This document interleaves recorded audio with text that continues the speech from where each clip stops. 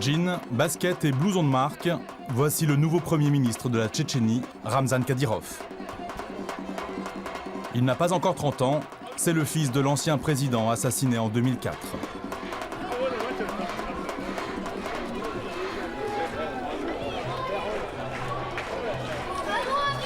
Le fils d'un vrai homme ne peut être qu'un vrai homme. Pour continuer ce qui a été fait par le père, le fils a pris la responsabilité de continuer son travail pour le peuple.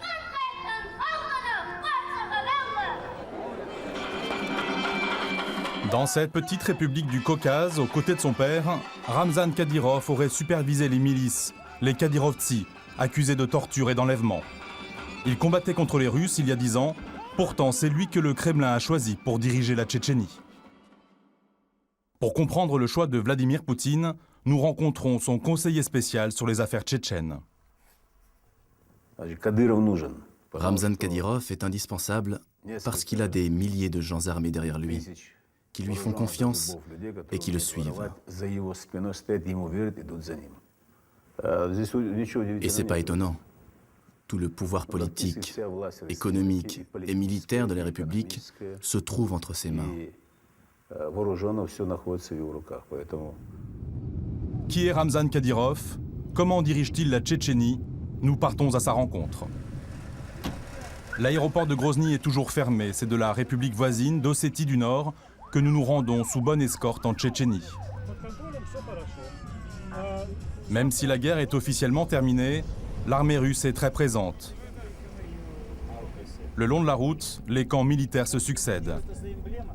Il serait toujours plusieurs dizaines de milliers de soldats à être stationnés dans la République.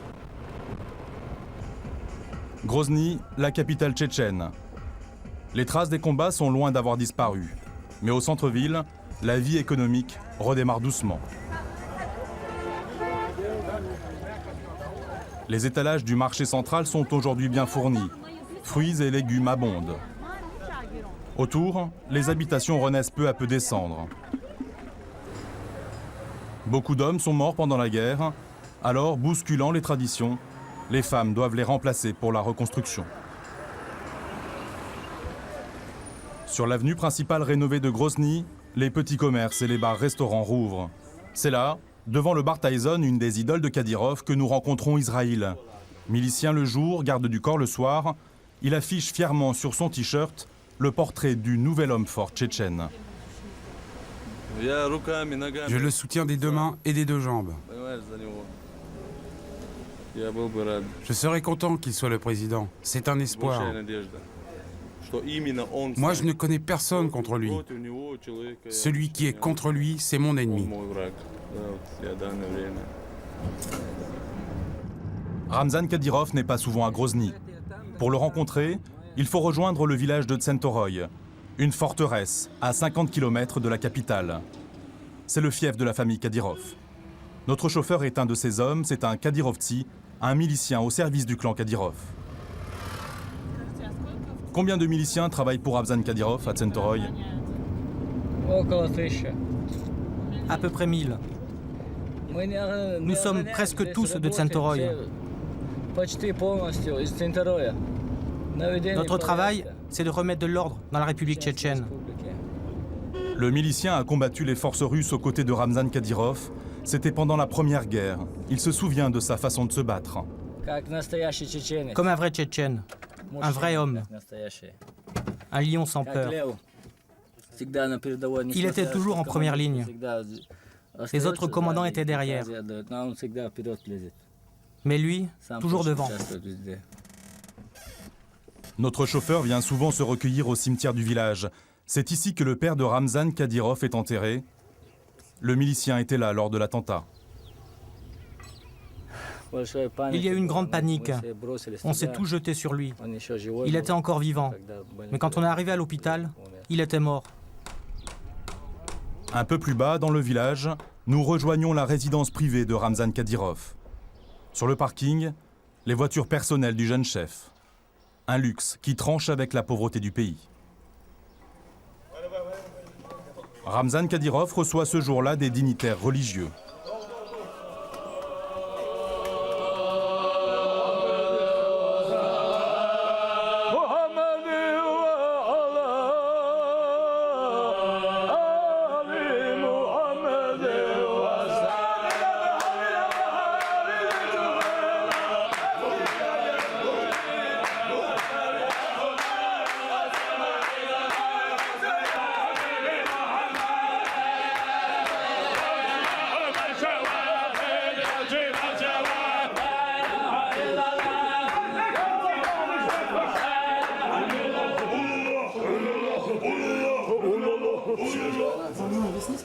C'est quoi cette cérémonie?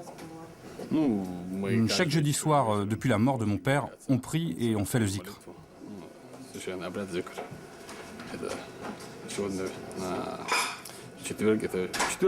C'est quoi le zikr? Le zikr, Ramzan n'est pas très sûr du sens de cette cérémonie. Il fait appel au moufti. Tu sais bien, chaque jeudi soir, c'est l'âme des morts qui revient à la maison. Je suis un musulman, c'est important pour moi. Après la cérémonie, comme toutes les nuits, Ramzan Kadyrov part pour des virées nocturnes mystérieuses. Cette fois-ci, des négociations secrètes au quartier général de l'armée russe. Nous n'en saurons pas plus. Rendez-vous est pris pour le lendemain matin.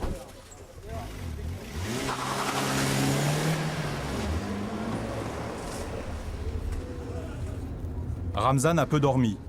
Nous quittons son village natal de Tsentoroy. Nous lui demandons quelles sont ses relations avec les forces russes.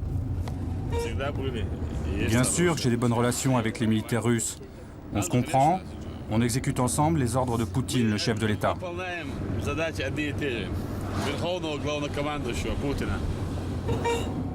Deux coups de klaxon et les portes de sa résidence de Goudermès s'ouvrent.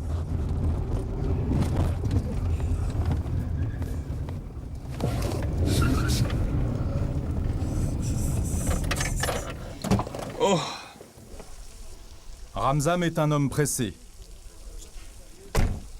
C'est ici, entouré de ses gardes du corps, qu'il reçoit pour des séances de travail. Des réunions qui se déroulent parfois autour de la table de billard ou à l'étage, dans les salons privés.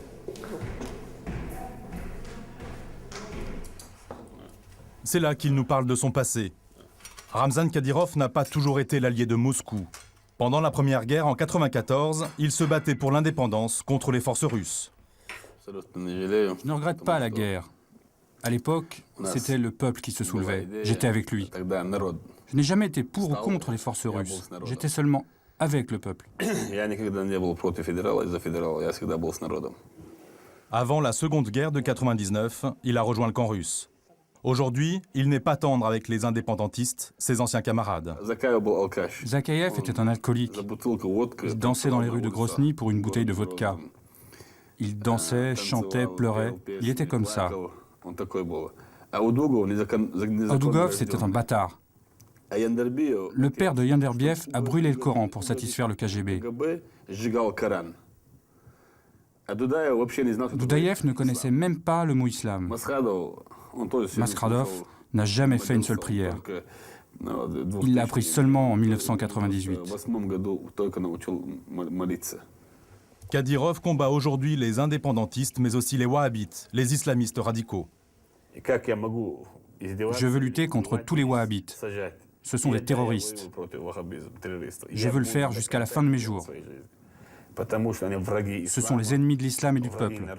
Leur place est en prison ou 3 mètres sous terre.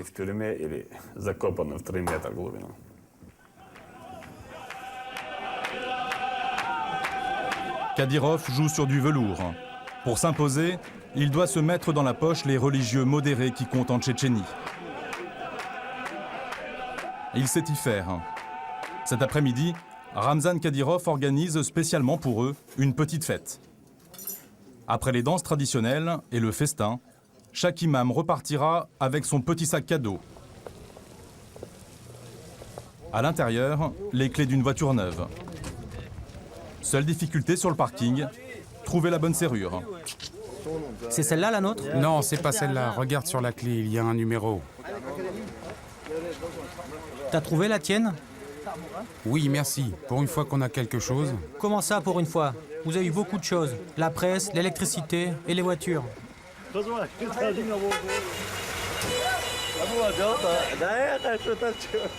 À la sortie de la résidence, c'est l'embouteillage. Kadyrov assoit son pouvoir sur la religion et le clientélisme.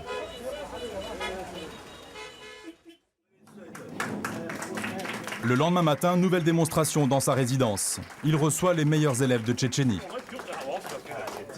Tiens, pousse-toi et va t'asseoir en bout de table à ma place. Tu seras le futur Premier ministre.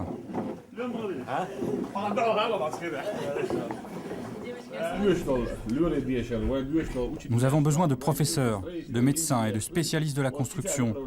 Ce sont des métiers nécessaires pour notre peuple. Si tout le monde devient juriste ou financier, on ne pourra pas trouver du travail pour tous. Pendant le discours, dans l'arrière-salle, ses proches collaborateurs préparent les enveloppes cadeaux pour les étudiants. En dollars, des billets neufs.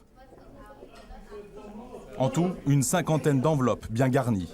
Même les étudiants sont surpris de la somme reçue. Je compte 1000 $. C'est une aide importante, merci. C'est très important que cet argent soit donné à tous les élèves ici. Et j'aimerais dire qu'avec cet argent, je vais essayer de continuer mes études à l'université. 1000 $ par étudiant, l'équivalent d'un an de salaire, une vingtaine de voitures neuves offertes la veille. Kadyrov impressionne et sait se faire apprécier. Mais le nouvel homme fort ne s'oublie pas. Un rien mégalo, il a fait inscrire ses initiales au fronton de sa résidence. Plus tard dans la journée, il nous présente les projets démesurés de son futur parc privé. Ici, il y aura bientôt des poissons et des scooters des mers. Tout est financé par la fondation et le gouvernement. Là, il y aura un centre de remise en forme.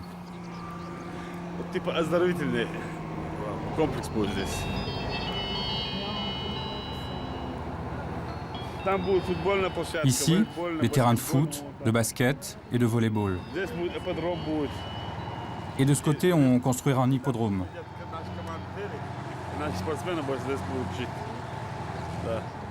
À croire que la Tchétchénie roule sur l'or.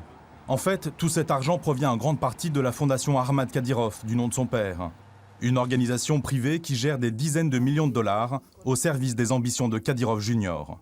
Tout le monde est prié de cotiser. 50% de mes revenus, y compris mon salaire, vont à la fondation.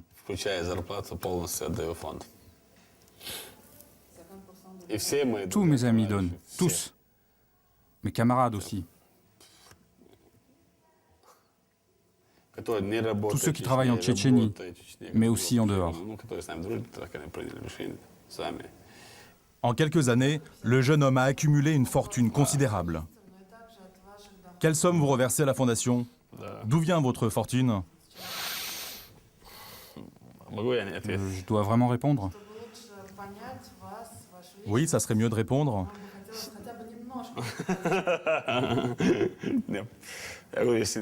Je pense que ce n'est pas très important de connaître mes business privés. Ils ne sont pas en Tchétchénie, mais en Russie et ailleurs. Faites-vous de l'argent avec le pétrole tchétchène? Le pétrole? Ah non, non, le pétrole non. Ça peut être des voitures, des constructions, des montres, mais pas le pétrole. Le pétrole, c'est dangereux.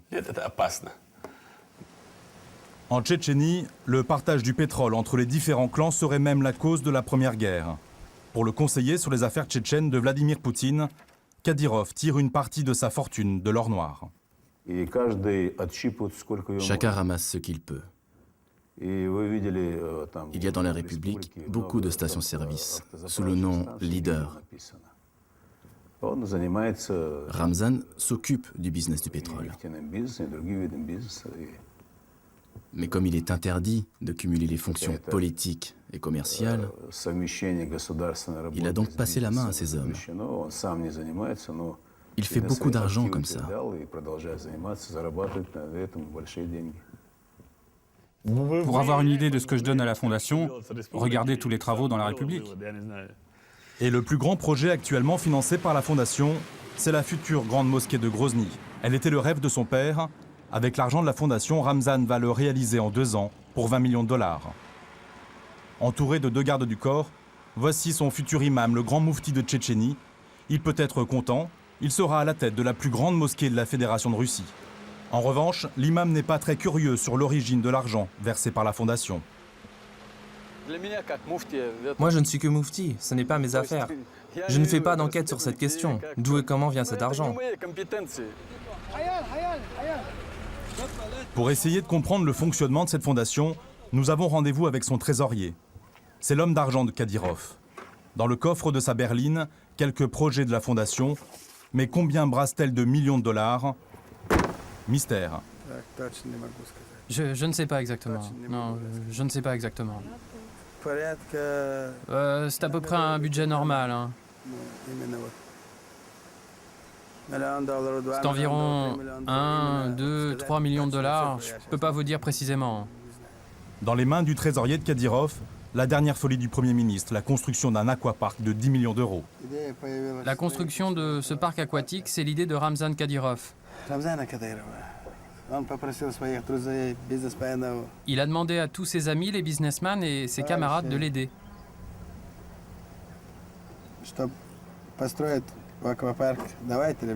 Il a voulu ce parc pour que les enfants de Tchétchénie n'entendent pas que le bruit des explosions et des armes automatiques. Un parc aquatique de 10 millions d'euros alors qu'au centre-ville de Grozny, les immeubles sont privés d'eau. 2 fois par semaine, pour quelques centimes d'euros, ce tracteur-citerne distribue des seaux d'eau aux habitants. Il y a des robinets mais pas d'eau. Même si nous sommes au centre-ville, on n'a aucune aide. On doit se débrouiller tout seul. On espère qu'ils vont finir la reconstruction de l'avenue Kadyrov et qu'à cette occasion on aura au moins des portes, des fenêtres, l'eau courante et les égouts.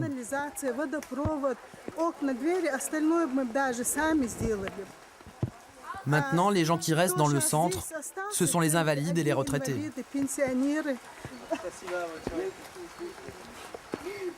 Au 2e étage de cet immeuble vit une de ces retraitées qui n'ont pas l'argent nécessaire pour quitter les ruines.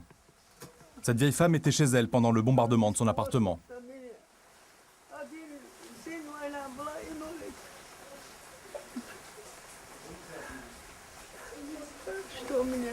Je ne sais pas quoi faire. Je voudrais mourir. J'ai plus personne. Ni mari, ni frère, ni sœur. Ils sont tous morts. Je suis seule. Aujourd'hui, la guerre en Tchétchénie est terminée.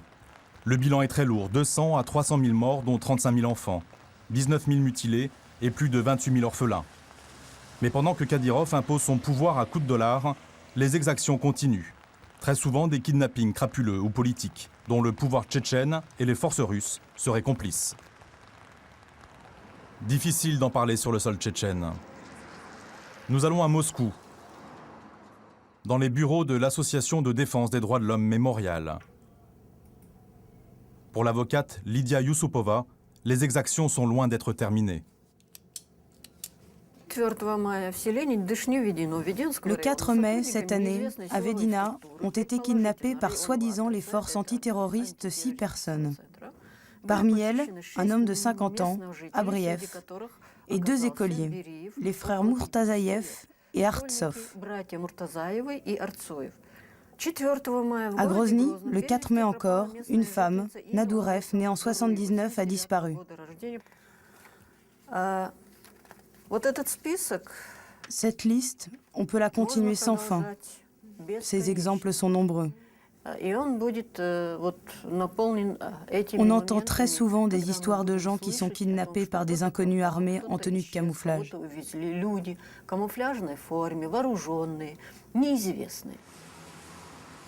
À Moscou, toujours, dans un quartier voisin, Zainab, la présidente de l'association Écho de la guerre, essaie d'accumuler le maximum de preuves sur les exactions commises en Tchétchénie. Dans son modeste appartement, des dizaines de classeurs où les atrocités sont rangées par thème. Ce sont les victimes de la guerre, victimes des prisons, des camps de filtration, des opérations de nettoyage qui ont eu lieu et existent toujours. Pendant ces opérations, il y a des tortures et des assassinats. Après, les proches récupèrent les cadavres dans ces états.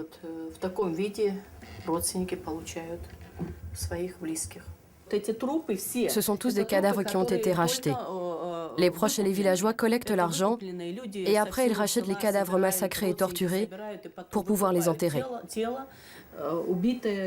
Seulement pour les enterrer. C'est faux, absolument faux. C'est la première fois que j'entends ça. On parle de 1000 à 5000 $ pour un corps. Beaucoup d'ONG dénoncent ces trafics. On raconte beaucoup de choses, même sur moi. Mais s'il y a des faits concrets qu'on a demandé une telle somme pour tel corps, ce sera une preuve. Ramzan Kadyrov nie en bloc. Pourtant, le conseiller sur les affaires tchétchènes du Kremlin est très clair. Les faits sont là. Les membres de la garde de Kadyrov ont kidnappé, torturé et exécuté des gens. Ces faits existent bien. Depuis son arrivée au poste de Premier ministre en mars dernier, Ramzan Kadyrov donne le sentiment d'être en campagne. Le 5 octobre 2006, il aura 30 ans, l'âge légal pour devenir président. Il pourrait alors remplacer le président actuel, Alou Alranov, son seul véritable rival. La réalité, c'est que les pouvoirs politiques, économiques et militaires sont du côté de Kadyrov. C'est pour ça que personne ne veut s'opposer à lui. Ça pourrait lui coûter cher. La Tchétchénie ne vit pas aujourd'hui selon le droit international. Ramzan Kadyrov est sous l'œil de Moscou. Nous le quittons le soir de la première élection de Miss Tchétchénie. Après le show, le nouvel homme fort a invité les Miss dans son bar-restaurant. Kadyrov n'est pas encore président, mais la République caucasienne est déjà sous sa coupe. Ramzan Kadyrov en a fait une affaire personnelle.